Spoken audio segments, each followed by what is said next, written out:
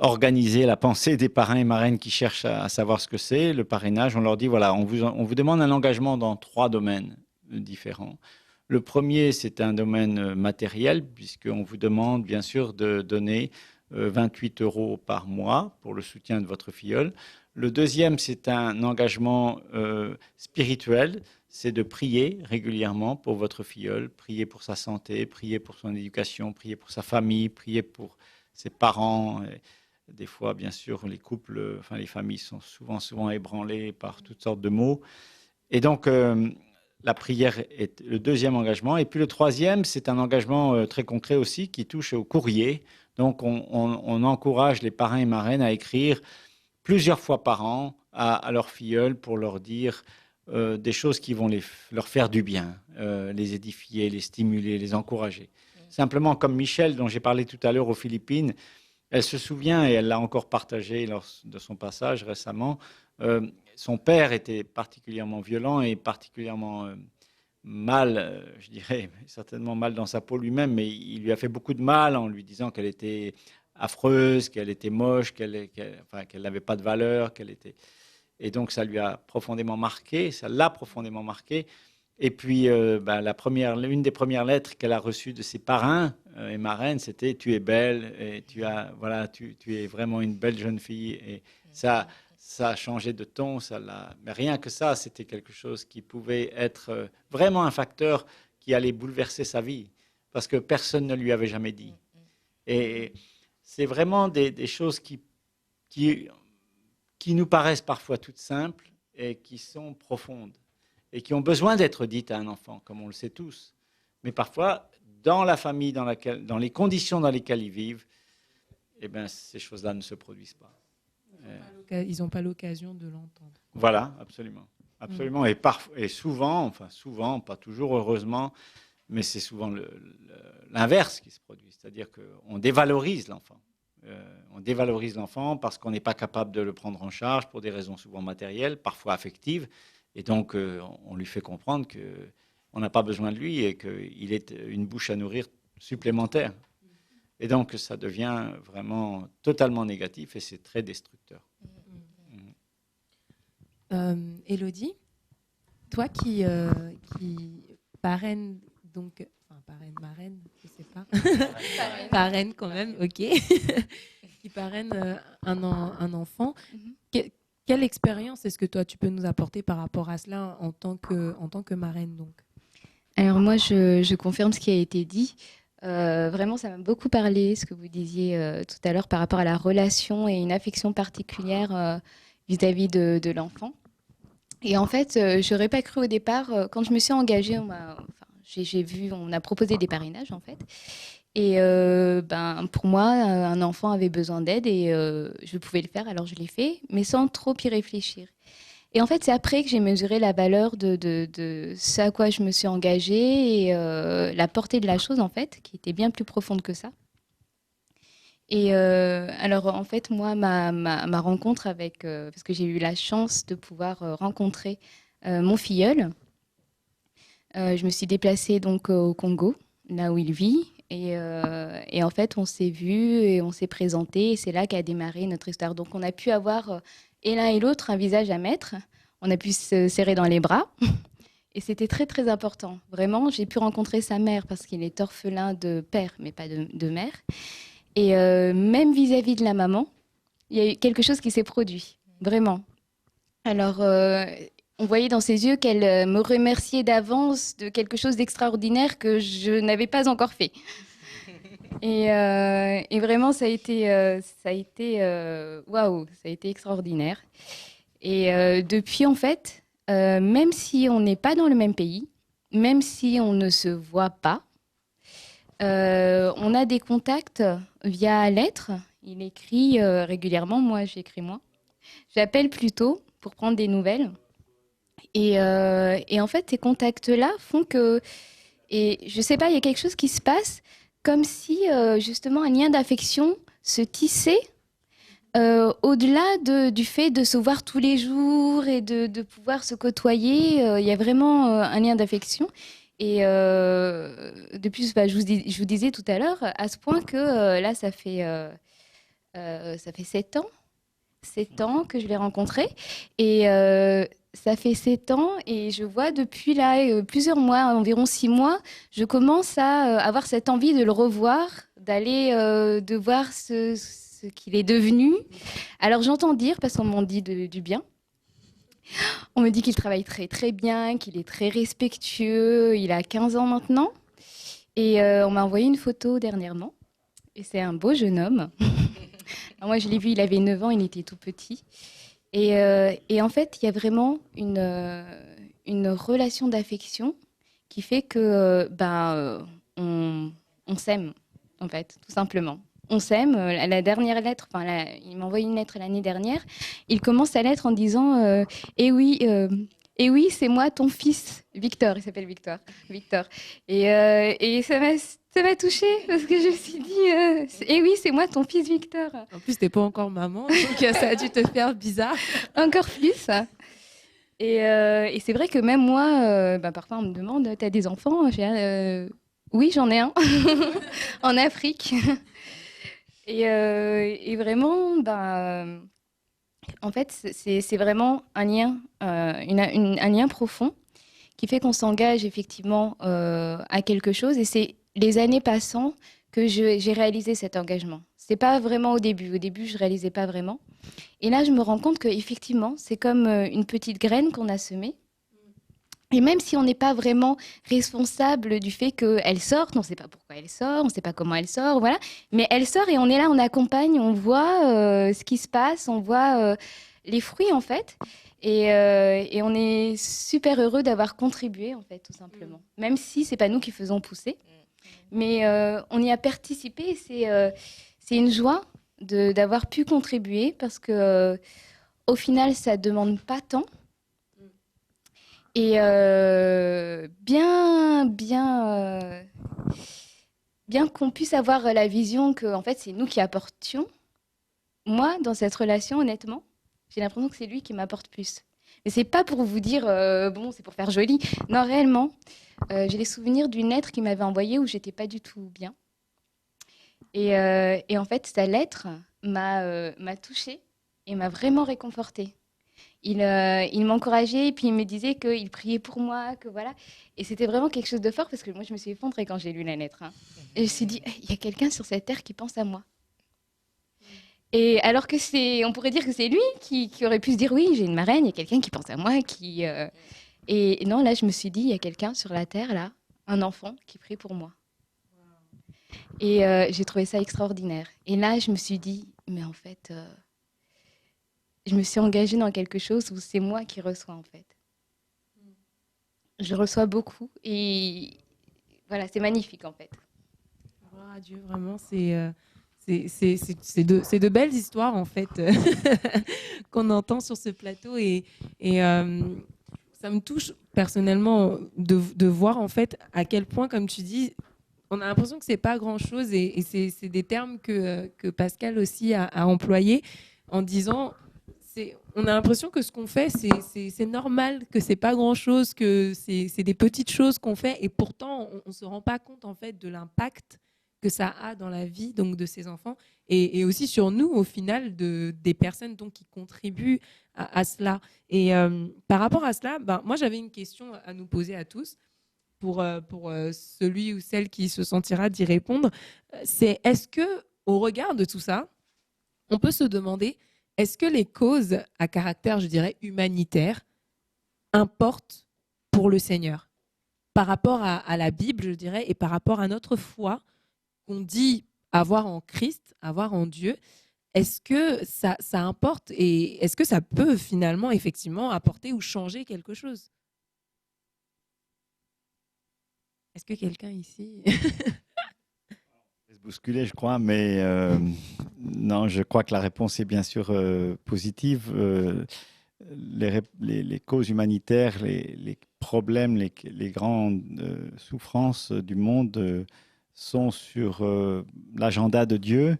Bien sûr, on a beaucoup tendance à accuser Dieu pour tous les problèmes de la terre, alors que je dirais qu'inversement, il a, depuis la nuit des temps, était celui qui a été, je dirais, le plus concerné par les solutions qu'il y a apportées. Alors, en partant même de la Genèse, quand on voit comment Adam et Ève se sont mis dans une situation catastrophique et comment lui-même est venu intervenir pour les aider à faire face à leur situation de rupture et à leur situation toute concrète d'habillement qui se crée à ce moment-là et que Dieu a pourvu.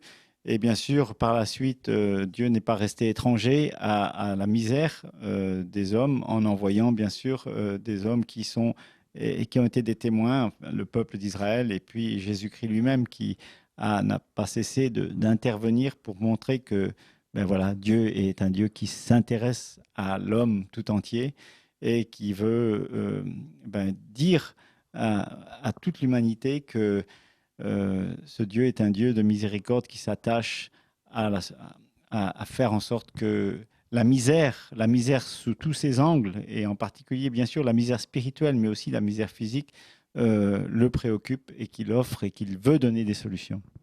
Mais ça, c'est par rapport en fait donc aux autres que l'on doit le comprendre. Mais souvent, qu'est-ce que vous pensez du fait qu'on entend souvent dire oui, le salut est personnel, c'est important d'avoir une relation personnelle avec Dieu.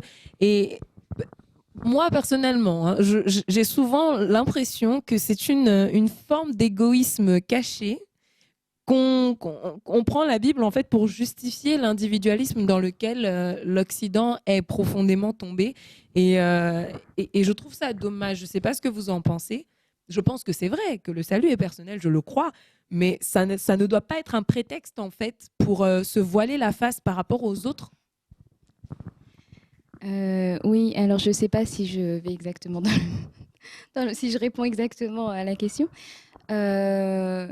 Effectivement, j'ai l'impression que, tout simplement dans la société dans laquelle nous vivons, on nous pousse à être individualiste et à avoir tous un peu une même pensée et où ce qui est intéressant, c'est ce qui apporte à la société et celui qui n'apporte rien de spécial est inintéressant.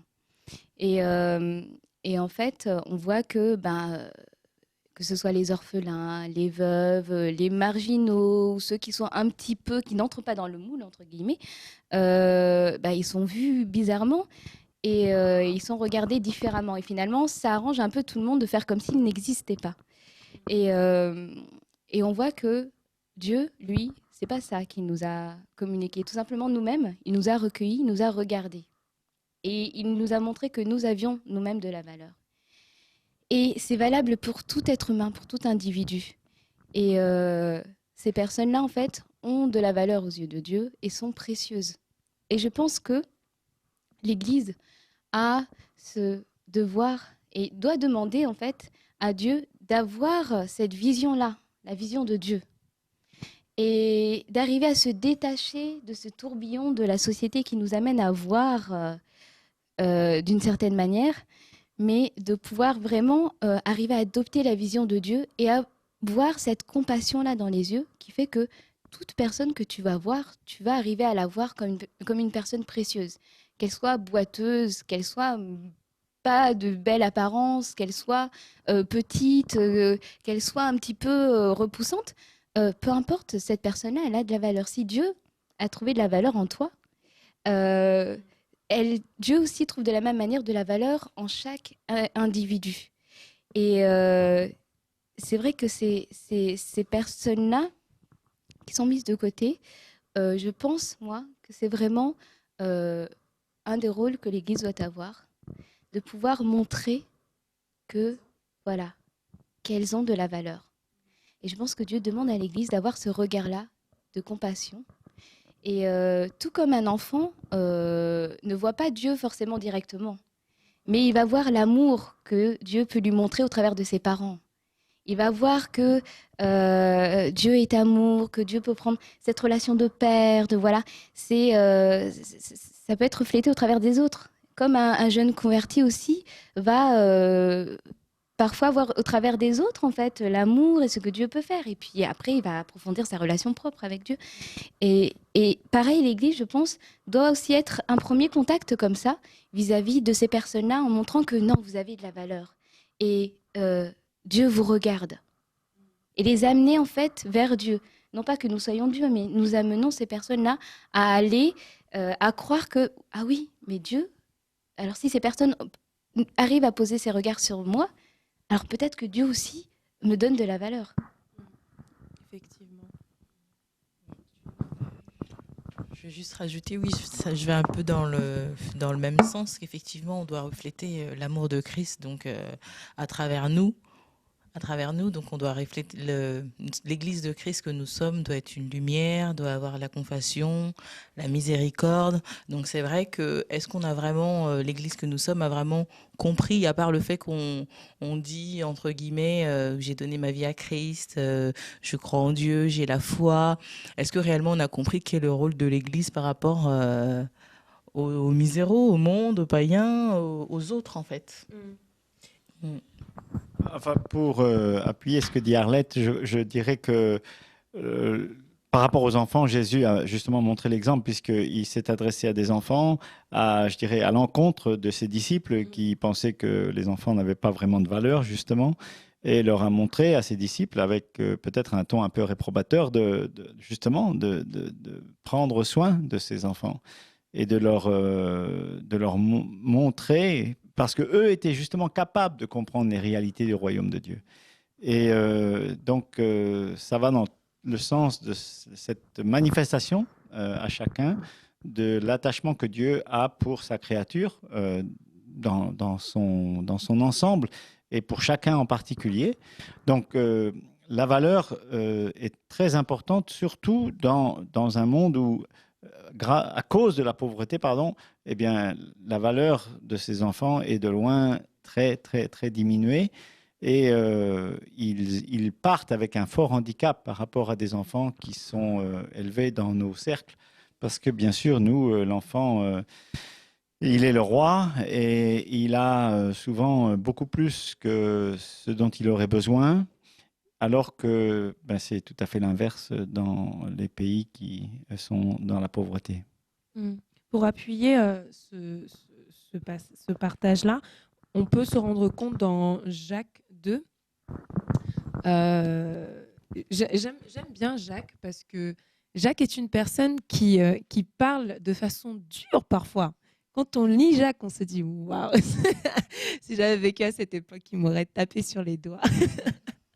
Parce qu'il est très dur en fait dans ses propos, il tranche quoi, il est pas du tout, lui il peut pas être gris, lui c'est soit c'est blanc, soit c'est noir, mais au milieu non. Et donc c'est quelqu'un qui tranche, mais qui en même temps nous enseigne l'amour. C'est l'une des épîtres qui parle aussi beaucoup de l'amour de Dieu et ça me touche personnellement parce que ça reflète un peu le caractère que Dieu a. Il a beau trancher comme ça et être saint et ne pas déroger à sa sainteté, ça ne l'empêche pas de nous aimer et de nous amener en fait à savoir comment aimer. Et donc dans Jacques, on se rend compte que Jacques va nous parler de la foi et va nous dire que sert-il à quelqu'un de dire qu'il a la foi s'il n'a pas les œuvres? La foi peut-elle le sauver? Si un frère ou une sœur sont nus et manquent de la nourriture de chaque jour, et que l'un d'entre vous leur dise « Allez en paix, chauffez-vous et vous rassasiez », et que vous ne leur donniez pas ce qui est nécessaire au corps, à quoi cela sert-il? Il en est ainsi de la foi, si elle n'a pas les œuvres, elle est morte en elle-même. Mais quelqu'un dira « Toi, tu as la foi et moi, j'ai les œuvres. Montre-moi ta foi sans les œuvres, et moi, je te montrerai la foi par mes œuvres. » On se rend compte ici déjà que là, effectivement, Jacques nous parle de l'homme, mais non pas seulement de l'homme de la façon spirituelle dont on en parle souvent par rapport à la façon dont Dieu nous voit, le fait qu'on soit un esprit, aussi une âme, et qu'il veuille entretenir donc cette relation avec nous pour pouvoir nous sauver à la fin de notre vie ou à son retour. Mais on parle ici du corps physique, de nourriture, de vêtements, de froid, de quelqu'un qui a froid, qui n'a pas de quoi se chauffer. Donc, on voit ici que donc, Dieu ne porte pas intérêt seulement à l'aspect spirituel des choses concernant l'homme et nos vies, mais aussi à l'aspect physique des choses concernant le fait qu'on soit bien physiquement, qu'on soit bien physiquement dans le sens où ça influe forcément sur notre état aussi moral. Dieu est pour ces choses. Certes, je crois que Dieu est capable de faire passer quelqu'un par un moment de disette ou de pauvreté. Comme Paul dira, j'ai su vivre dans l'abondance comme dans la disette. Donc ça peut être un moyen pour Dieu d'enseigner quelqu'un. Ceci étant dit, Dieu n'aime pas la pauvreté. La pauvreté ne vient pas de Dieu. Non. Donc, dire à quelqu'un, oui, d'accord, tu souffres actuellement, mais bon, Dieu fera, alors qu'on a les moyens d'aider. Dieu nous regarde juste en se demandant, mais qu'est-ce qu'il fait, quoi? Qu'est-ce qu'il fait? Parce que juste après ça, il va rentrer dans sa chambre et prier et dire, moi, j'ai une relation avec Dieu. Oh, merci Seigneur pour ta grâce, parce que tu m'as sauvé. Merci Seigneur pour tout ce que tu fais pour moi. Merci Seigneur pour ma famille. Merci Seigneur pour moi. Et le moi est très, très présent. Et l'autre, on s'en occupe pas. Et ce que moi, je comprends, en tout cas, par le passage de Jacques, c'est vraiment que la foi, sans intervention vis-à-vis des autres, par des œuvres, par des actes qu'on pose, n'a aucune force, en fait. Elle est morte en elle-même, comme Jacques dit. Et le fait, en fait, d'aller vers l'autre, le fait de poser des actes vers l'autre, je crois réellement que c'est un moyen vraiment pour savoir si on a la foi. Pourquoi? Parce qu'en posant des actes vers les autres, en les posant, si on les pose par nous-mêmes et par notre propre force ou chair, ou enfin par notre propre personne, ça ne portera pas de fruits, ça ne portera pas grand-chose.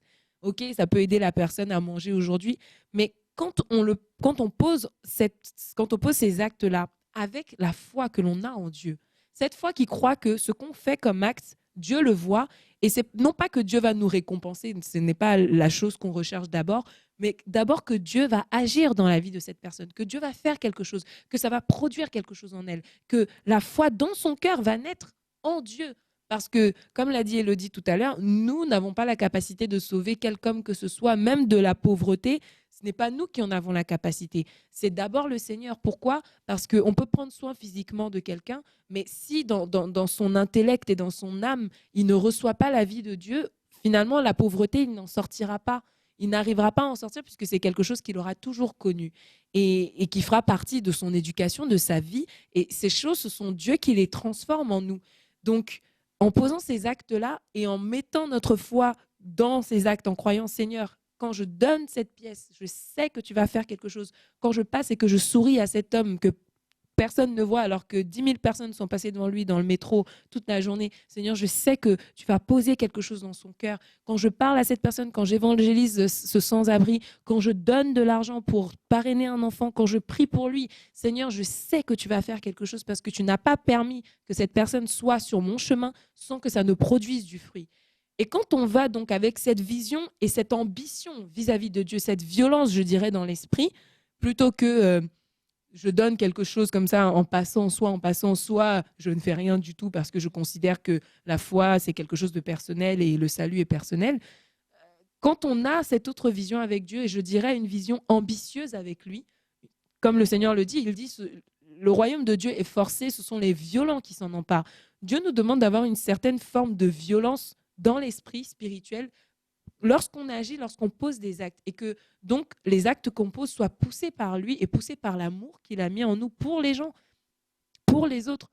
Parce que comme je le rappelais tout à l'heure, la société dans laquelle on vit est profondément individualiste. En tout cas, moi, personnellement, c'est ce que je vois, d'autant que je vois qu'elle influe même sur moi. Je suis née non, je suis pas née, je dirais, en France, mais je suis née dans ce 21e siècle qui a cette tendance-là, cet enseignement, je dirais, qui est donné dans toutes les ondes, par tous les médias, dans notre éducation, partout où on est, on nous apprend que c'est nous qui importons et qu'il faut que nous nous sentions bien et qu'il faut que ce soit notre personne qui aille bien et qu'il faut que ce soit nous qui réussissions et qu'il faut que... Il y a toujours, en fait, l'homme, en fait, est en plein centre de la chose et les autres, ben non, quoi. Ça passe après, c'est pas grave, on verra plus tard. Et malheureusement, beaucoup d'entre nous, nous avons cette mentalité qui ne vient pas du Seigneur, qui ne vient pas de Dieu. Ça n'est pas une fatalité, mais il faut cependant s'en rendre compte pour pouvoir changer. Il faut cependant en prendre conscience pour crier à Dieu et dire au Seigneur, Seigneur, je me rends compte, je suis égoïste, je suis individuel, dans ce que je fais, je pense à moi d'abord.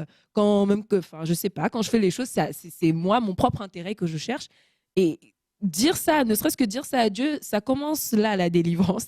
Et là, je crois que Dieu peut nous aider et que l'on peut être efficace, en fait, dans la raison pour laquelle Dieu nous a laissés sur terre. Je disais tout à l'heure à mon frère Pascal que trop souvent, en ayant cette mentalité individualiste des choses, même vis-à-vis de Dieu, ben, on se complaît dans une sorte de enfin, on est confortable donc dans ça et on réalise pas en fait que si Dieu nous a laissés sur terre, c'est pour un but. C'est-à-dire que si Dieu voulait qu'on ait une relation avec lui seulement là et que la foi chrétienne, que la vie avec Dieu, que le fait d'avoir rencontré Dieu, ça ne consistait qu'en ça, on serait déjà au ciel. Dieu nous aurait pris et on serait déjà avec lui, puisque ce serait son désir d'être constamment avec nous et que nous, enfin, je veux dire, qu'il soit si jaloux et qu'on n'ait qu'une relation avec lui et que notre cœur ne se porte exclusivement que vers lui. C'est vrai que Dieu veut l'exclusivité en nous, mais Dieu n'est pas égoïste ni jaloux dans le sens de nous garder que pour lui et que notre attention, en fait, ne soit pas vers les autres. Je veux rappeler quand même que Jésus est venu. Il dit, je ne suis pas venu pour être servi, je suis venu pour servir. Et trop souvent, cet aspect-là, en fait, du christianisme, de la foi en Dieu, on l'oublie. Et c'est vraiment dommage parce que cette foi qu'on a dans ce cas est morte et il faut vraiment qu'on en prenne conscience. Je ne dis pas que c'est parrainer un enfant qui va changer votre vision des choses ou ma vision des choses. Je dis que c'est quelque chose dont on doit prendre conscience et qui doit nous amener vraiment à se demander, Seigneur, si tu m'as laissé sur terre, à quoi est-ce que je sers et qu'est-ce que je peux faire pour que ce que tu m'as donné serve à d'autres, pour que ce que tu m'as donné serve à sauver d'autres personnes, à les sauver d'abord, sauver leur âme, mais aussi les sauver, par exemple, de la pauvreté, les sauver certains de l'alcoolisme, de l'adultère, pour d'autres. Et tout ça contribue d'ailleurs à sauver l'âme de la personne. Et je dirais, pour quelqu'un qui voudrait être très spirituel et toujours avoir cet objectif spirituel à atteindre, ce qui doit être notre but, je suis tout à fait d'accord, au final, il y rejoint, hein, puisque au final, c'est l'âme de la personne qu'on sauve. Mais on la sauve dans le fait de voir l'homme comme Dieu le voit. Et non pas seulement donc comme un être spirituel avec juste un esprit, mais quelqu'un entière. Dieu n'a pas créé Adam esprit seulement, il a créé un corps, il a pris la terre, il l'a formé, et ce corps-là, il a eu faim, il a eu froid, il a eu tout ça. Quand il était nu parce qu'il a péché, Dieu a pourvu tout de suite à l'habiller. Enfin, donc toutes ces choses importent pour Dieu et je crois sincèrement que lorsqu'on manifeste cela envers quelqu'un, le Seigneur est juste tellement content en fait, non pas seulement qu'on ait aidé la personne, mais qu'on ait compris, en fait. Qu'on ait compris c'est quoi le connaître, c'est quoi marcher avec lui, c'est quoi l'aimer. Il y a un passage dans la Bible qui dit que connaître Dieu, c'est savoir prendre soin de ceux qui sont dans la souffrance. Connaître Dieu, c'est savoir avoir compassion de l'indigent. Connaître Dieu, ce sont ces choses-là. Et il disait ça à un peuple qui croyait que connaître Dieu, c'était quand je pêche, je vais chercher un animal, je l'égorge devant Dieu, puis là, Dieu sera satisfait, Dieu sera content. Non. Et pour appuyer cela, on peut aller dans Michée 6.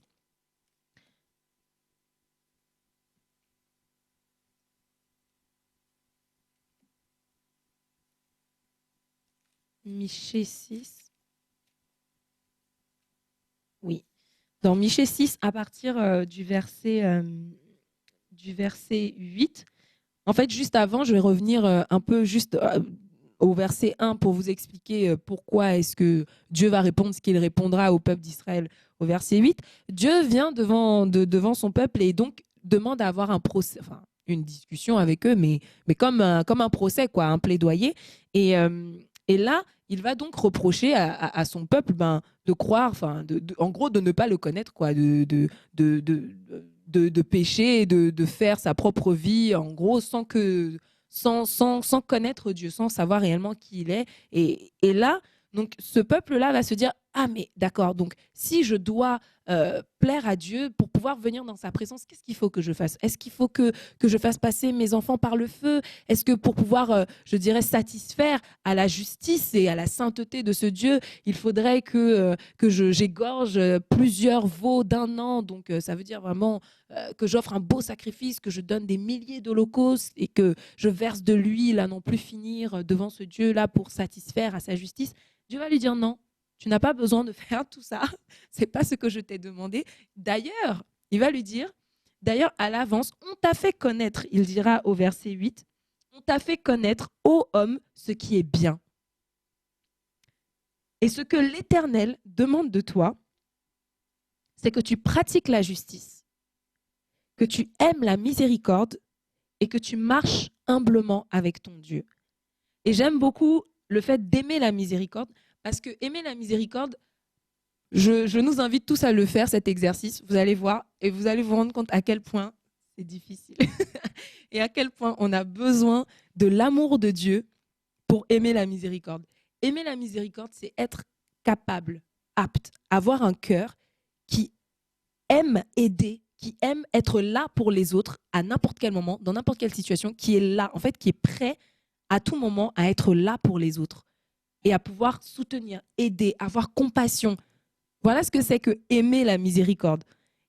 En l'occurrence, c'est ce que Dieu fait pour nous. On le chante même, hein. On le dit, Seigneur, tu es miséricordieux, tu es merveilleux. Peu importe ce que je fais, tu as toujours un beau regard sur moi. En fait, tu me regardes toujours comme une perle précieuse, alors que quand moi je me regarde, des fois, je me demande d'où je sors. Même, Seigneur, est-ce que tu peux faire quelque chose avec moi? Mais donc, c'est ce que Dieu fait avec nous. Et on dit souvent à Dieu, Seigneur, j'aimerais tellement te ressembler, Jésus. J'aimerais tellement être comme toi. Seigneur, transforme mon cœur, que je sois comme toi. Moi qui parle, je me dénonce. Je fais ces prières. Mais est-ce qu'on comprend en fait ce que ça veut dire pour Dieu que d'être comme lui? Est-ce qu'on comprend ce que ça veut dire que d'aimer la miséricorde? Je vous promets, je nous invite tous à faire cet exercice. Vous allez vous rendre compte, Dieu va briser votre égoïsme, mais à un point, vous allez vous dire, waouh, je ne me rendais pas compte à quel point j'étais comme ça. Pour certains d'entre nous, il y en a sûrement qui le sont moins que d'autres, hein. Je n'en dis ce qu'on vient pas. Mais trop souvent, en fait, on oublie ces choses-là. Et c'est devant le Seigneur, pour nous qui nous disons chrétiens, je ne pense pas que le Seigneur agrée, quoi. Il doit nous regarder et se dire, oui, mon d'accord. Mais moi, je prends soin de toi. Et le pire, c'est ça, c'est que souvent, on s'inquiète beaucoup pour nous, à prier pour nous-mêmes. On a le nombril, je dirais le nez sur notre nombril tout le temps, alors que le Seigneur a dit, ne t'inquiète de rien, je prends soin de toi. Il dit, toutes les choses que vous demandez pour vous là même, pour vous-même, ce sont les païens qui posent ces questions-là à Dieu à longueur de journée, s'inquiétant de savoir ce qui va leur arriver demain. Mais nous, qui sommes en plus dans des régions du monde qui sont pas touchées par la pauvreté comme ça peut l'être en Afrique ou dans certains pays d'Asie ou dans certains pays d'Amérique du Sud, on peut pas se plaindre et penser. Enfin, je veux dire, je crois que face à nos frères et sœurs qui sont là-bas, on n'a pas le droit de ne penser qu'à nous-mêmes en fait et de ne pas faire confiance à Dieu parce que on n'a même pas normalement de quoi s'inquiéter, quoi. Normalement, on n'a pas besoin de se poser des questions d'inquiétude par rapport à nos vies comme ça. Le Seigneur nous connaît, il sait comment prendre soin de nous et ce qu'il veut, c'est qu'on apprenne à arrêter de nous regarder nous et à regarder vers l'extérieur, vers les gens qui nous entourent et vers la raison pour laquelle, Seigneur, je suis encore là. Pourquoi je suis sur terre?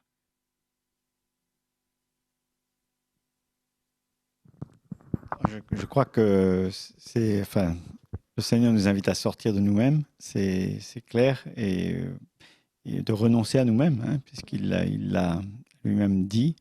Et donc, c'est vrai que l'engagement à l'égard de l'autre, quel qu'il soit, est important. Et je pense qu'il a quand même mis des priorités, puisqu'il a dit d'abord d'aimer ses frères et sœurs dans la foi, comme moi je vous ai aimé. Hein. Donc c'est vrai que le Seigneur nous invite à manifester notre amour d'une manière particulière et privilégiée à l'égard de ceux qui nous sont proches dans la foi, mais ça ne remet pas en cause le fait qu'on doit aussi s'attacher à ceux qui sont en dehors de l'Église et qui ont besoin aussi d'un secours et d'une aide. Ouais, par rapport à cela, ça me rappelle l'histoire de Joseph, qui a été appelé par Dieu, certes pour sauver sa famille, donc au final il est passé par plusieurs péripéties et donc il est arrivé à être Premier ministre, je dirais bras droit même au niveau du gouvernement en Égypte et les conseils qu'il a pu donner donc, à ce pharaon par la grâce de Dieu, par les dons que Dieu lui avait donnés, ont servi certes à sauver sa famille de la famine, mais aussi à aider tout le peuple égyptien qui allait passer par cette même famine-là.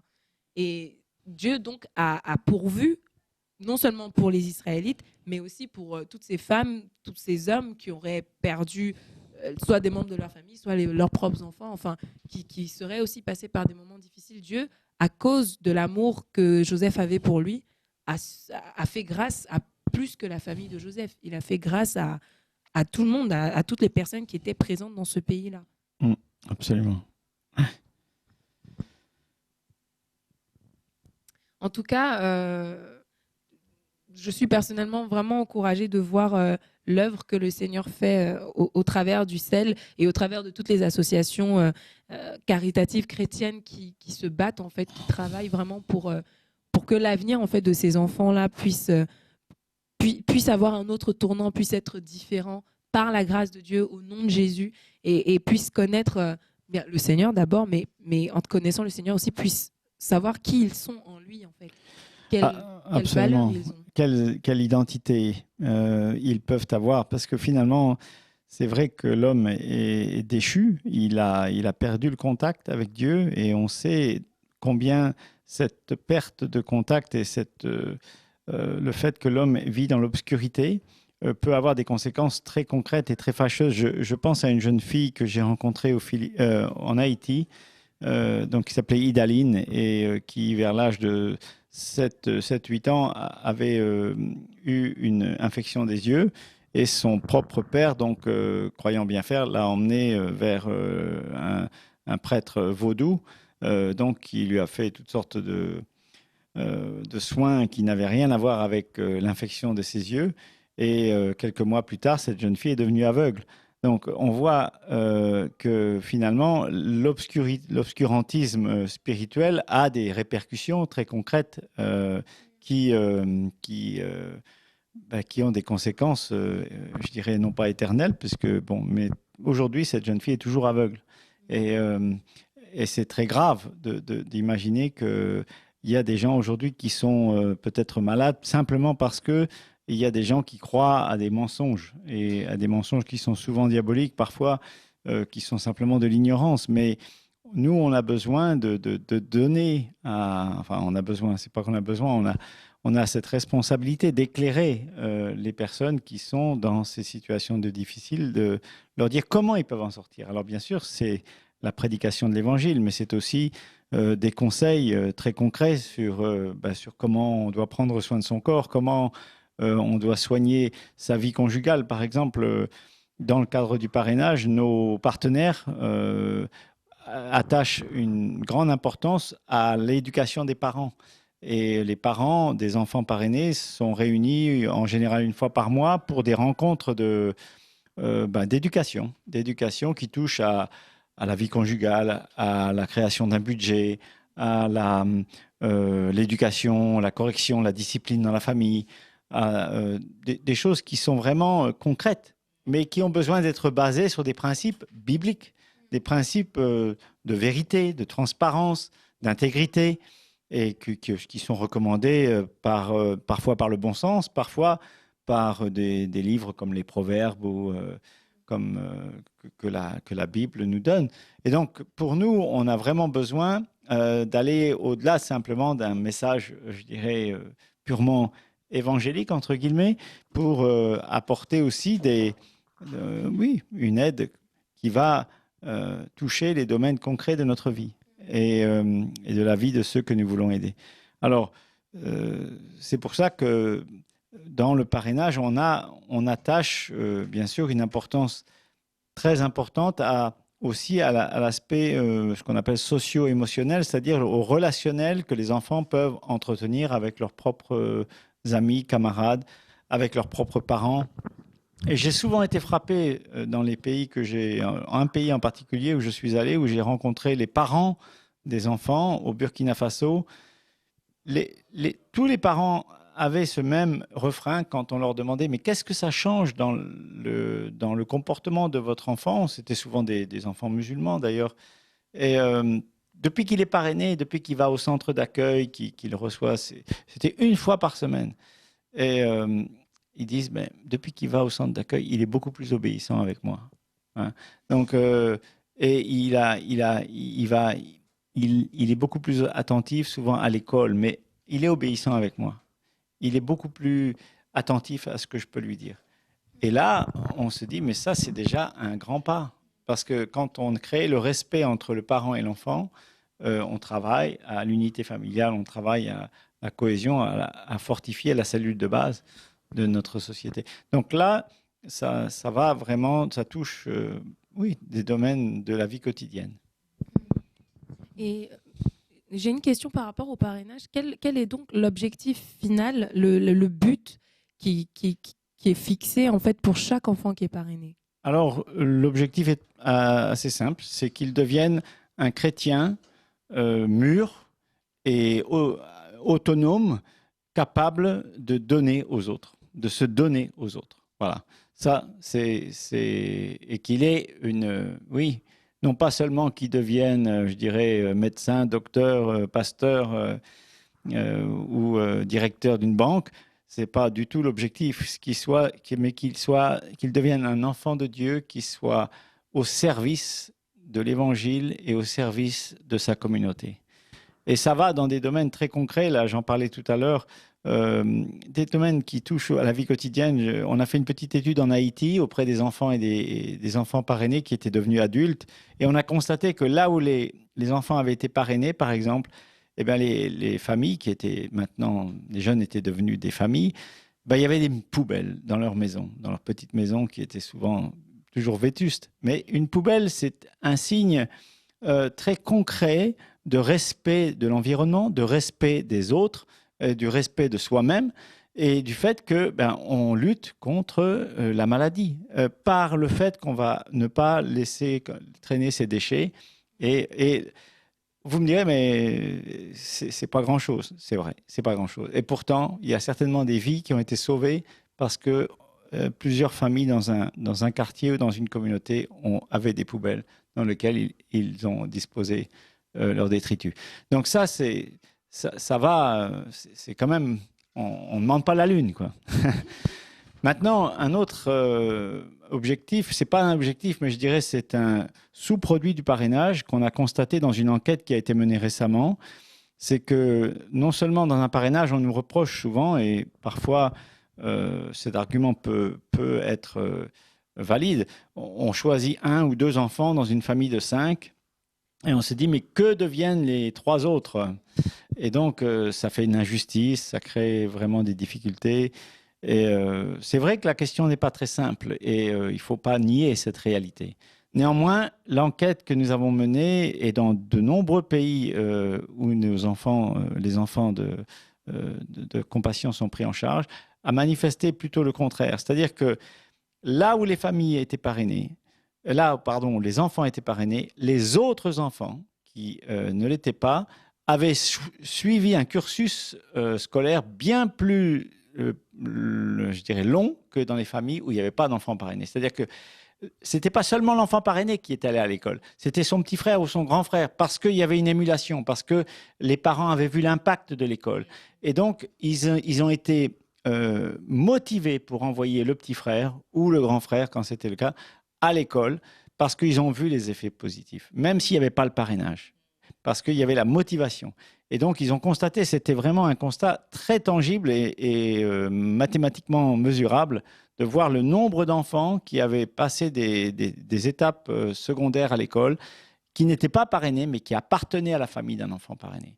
Et donc, ça nous montre qu'il y a des ondes de choc à l'intérieur d'une famille. Quand on parraine un enfant, il y a des répercussions à l'intérieur de cette famille, qui va bien au-delà de l'enfant lui-même. Et bien sûr, il y a aussi cet impact qui est tout simple, mais qui est parfois tellement important. Quand on sait qu'un enfant, on apprend dans une famille à un enfant à lire, s'il est le seul enfant qui sait lire, il va devenir bien sûr une clé d'ouverture sur le monde grâce au fait que cet enfant va pouvoir conduire ses parents dans des situations, va pouvoir les aider à faire face à l'administration, va pouvoir lire une lettre pour eux et va pouvoir les aider à sortir de situations parfois compliquées. Donc, là, c'est vrai que c'est un peu un cliché, mais c'est un cliché qui a sa validité. Mais ce qui est plus important, c'est de voir que d'aider un enfant, ça contribue à créer une émulation dans toute la famille.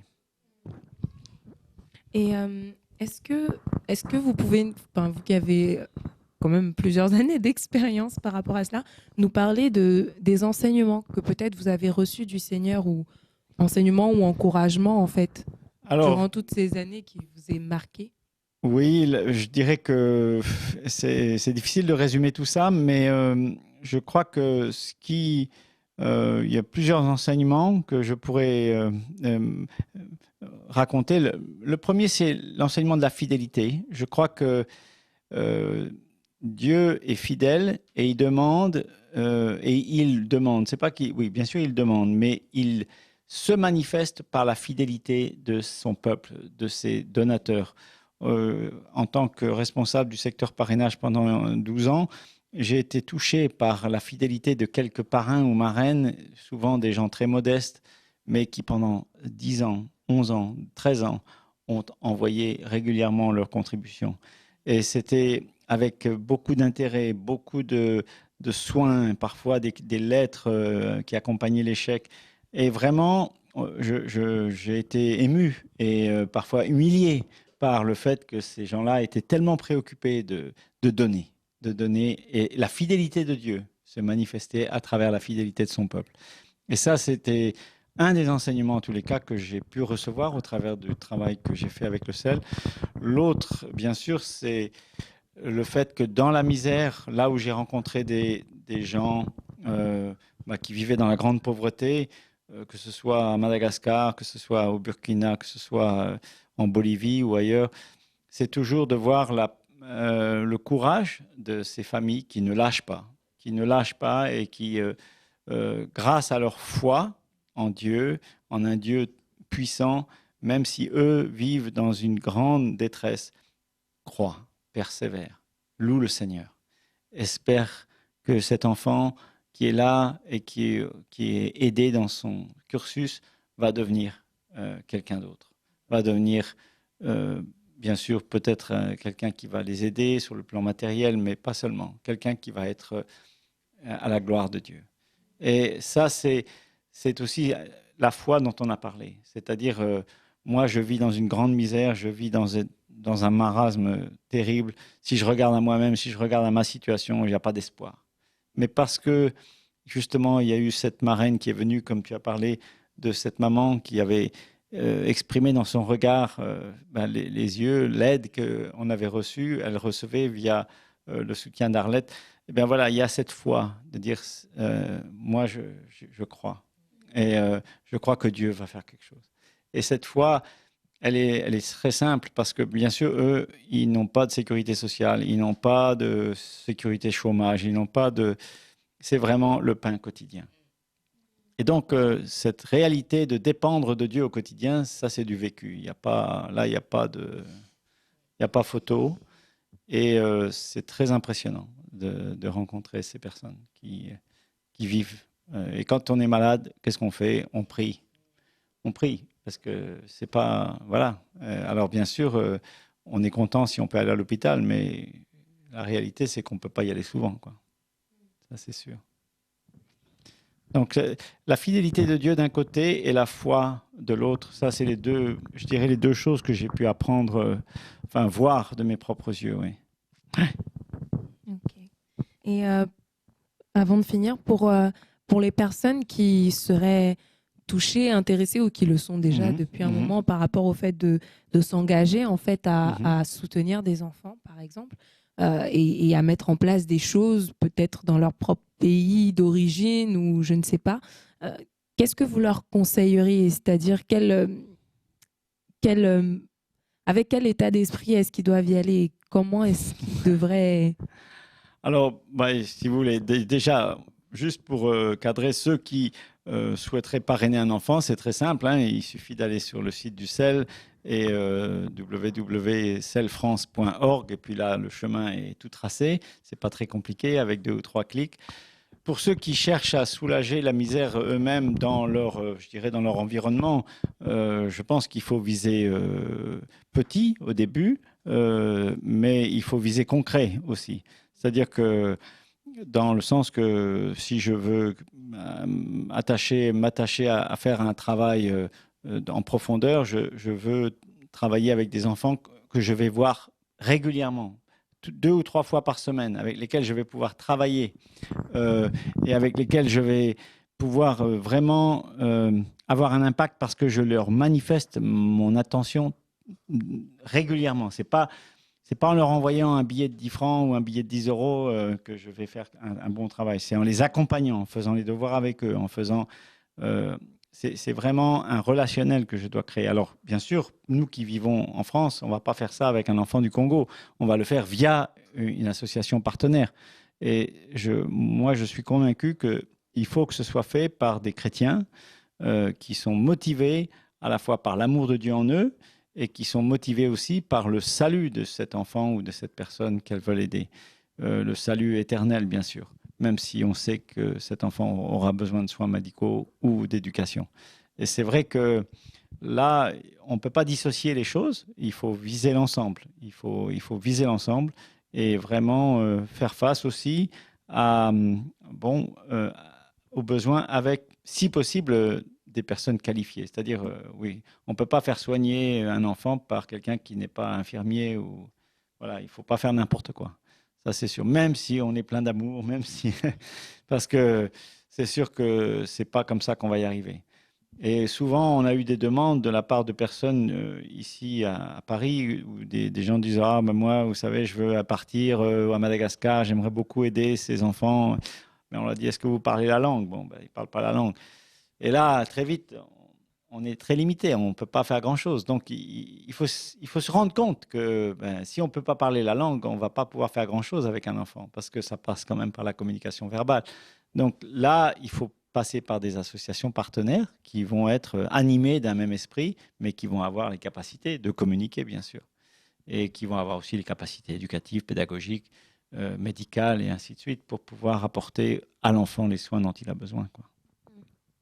Et juste pour terminer, on a alors le CEL est donc en collaboration avec une association qui s'appelle Compassion et qui donc travaille dans le parrainage, comme on le disait tout à l'heure, depuis plus d'un demi-siècle. Et cette association aujourd'hui parraine 1 200 000 enfants, 200 000 enfants dans le monde, dans 27 pays du monde. Oui. Et moi, quand j'ai entendu ce chiffre au début, je me suis dit waouh, mon Dieu, c'est énorme, c'est incroyable. Je me suis dit que ça y est, tous les enfants du monde étaient pris en charge. Ben non. Parce qu'en fait, quand on 1 200 000 enfants, c'est vrai que c'est beaucoup, c'est vrai que c'est bien, c'est vrai que c'est quand même un bon travail. Et puis ça, c'est, je pense, sans parler de tous ceux qui ont été parrainés avant.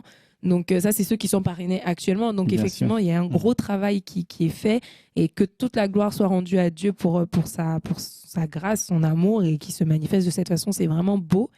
Mais dans le monde, il y a 600 millions d'enfants qui vivent dans une extrême pauvreté. 600 millions. 600 millions.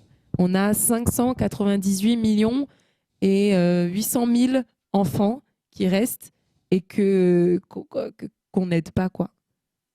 Donc, c'est pour dire en fait que c'est vrai que souvent quand on entend parler du parrainage ou d'aides qui sont apportées, on a l'impression qu'il y a beaucoup d'associations, qu'il y a beaucoup de monde qui fait beaucoup de choses. C'est vrai, mais le chemin est encore tellement long pour vaincre la pauvreté, je dirais, au moins là où on se trouve, c'est un bilan qui est plutôt positif, mais qui est loin en fait d'avoir atteint le maximum de ses capacités. Enfin, on peut aller plus loin, quoi. Il y a encore du travail, il y a encore des enfants à aider, il y a de la possibilité d'aider beaucoup, beaucoup de personnes. 598 800 000 personnes. Oui, enfin, il faut quand même pas, enfin, pour reprendre ce que tu as dit, bon, je pense qu'il y a d'autres œuvres qui font un travail formidable aussi, donc il faut ajouter, mais bon, oui, si, c'est pour ça que les comptes ne sont pas aussi exacts que tu veux bien le dire. Mais bon, peu importe, le travail est là et je crois que le Seigneur nous envoie donc auprès de ces enfants et auprès de ces adultes aussi qui sont dans une grande misère. Et l'Église a une mission formidable et je suis fier, je dirais, même si l'Église, on le sait, est loin d'être parfaite et il y a des scandales pratiquement tous les jours qui déshonorent parfois même gravement le nom du Seigneur.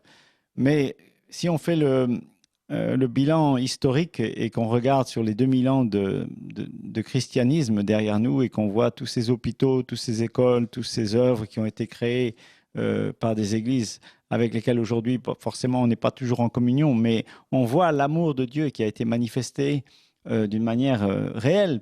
Et il suffit de regarder la carte de Paris et de voir les hôpitaux et les noms qu'ils portent et de voir que finalement toutes ces œuvres, tous ces grands hôpitaux qui existent aujourd'hui à Paris, ce sont des hôpitaux qui ont été créés par des chrétiens ou par des gens qui étaient attachés au nom du Seigneur. Donc voilà, le Seigneur a agi et continue de faire, mais il nous faut bien sûr être fidèles là où nous sommes pour pouvoir accomplir la mission que le Seigneur nous a appelés à donner. Amen. Merci pour cette rectification. J'étais tellement non, mais je suis quand même quelque part heureux et fier de dire les chrétiens ont agi et continuent de le faire. Le travail est loin d'être terminé, mais il y a vraiment un travail qui est fait dans tous les domaines et qui se manifeste souvent de manière très modeste. C'est-à-dire on n'en parle pas à la radio, on n'en parle pas à la télévision, parce que ça ne fait pas la une des journaux.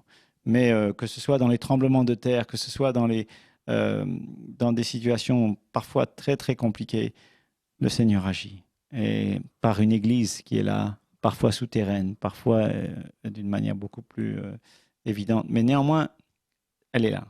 Et c'est ça qui est important. Amen. Bien, merci beaucoup pour toutes ces informations, pour ce moment de partage, pour ce que chacun a apporté par la grâce de Dieu durant ce partage. Je prie vraiment que chacun d'entre nous ait été encouragé, béni, ait été enseigné par le Seigneur, exhorté encore à se tourner vers l'autre et à faire la volonté de Dieu qui est celle d'aimer notre prochain comme nous-mêmes et Dieu, notre Dieu, de tout notre cœur, toute notre force, toute notre âme. Vraiment que le Seigneur soit béni pour ces instants. Je nous recommande encore à chacun de pouvoir méditer sur ce thème et d'aller plus loin avec Dieu encore personnellement et pour avoir de l'impact autour de soi dans le nom de Jésus. Cette émission donc se termine maintenant. Nous nous retrouverons dans 2 semaines avec normalement Maître Cassie qui sera présente durant cette émission et avec qui nous pourrons aborder des sujets concernant donc le droit en France, le droit des étrangers. Et si jamais vous avez des questions, bien soyez là, soyez présents avec vos questions et on tentera par la grâce du Seigneur d'y répondre ensemble. Et donc voilà, que le Seigneur soit béni, que vous soyez tous bénis là où vous êtes, qu'il vous encourage encore à marcher avec lui, à le craindre et à marcher humblement avec lui. Au nom de Jésus. Amen. Au revoir à tous.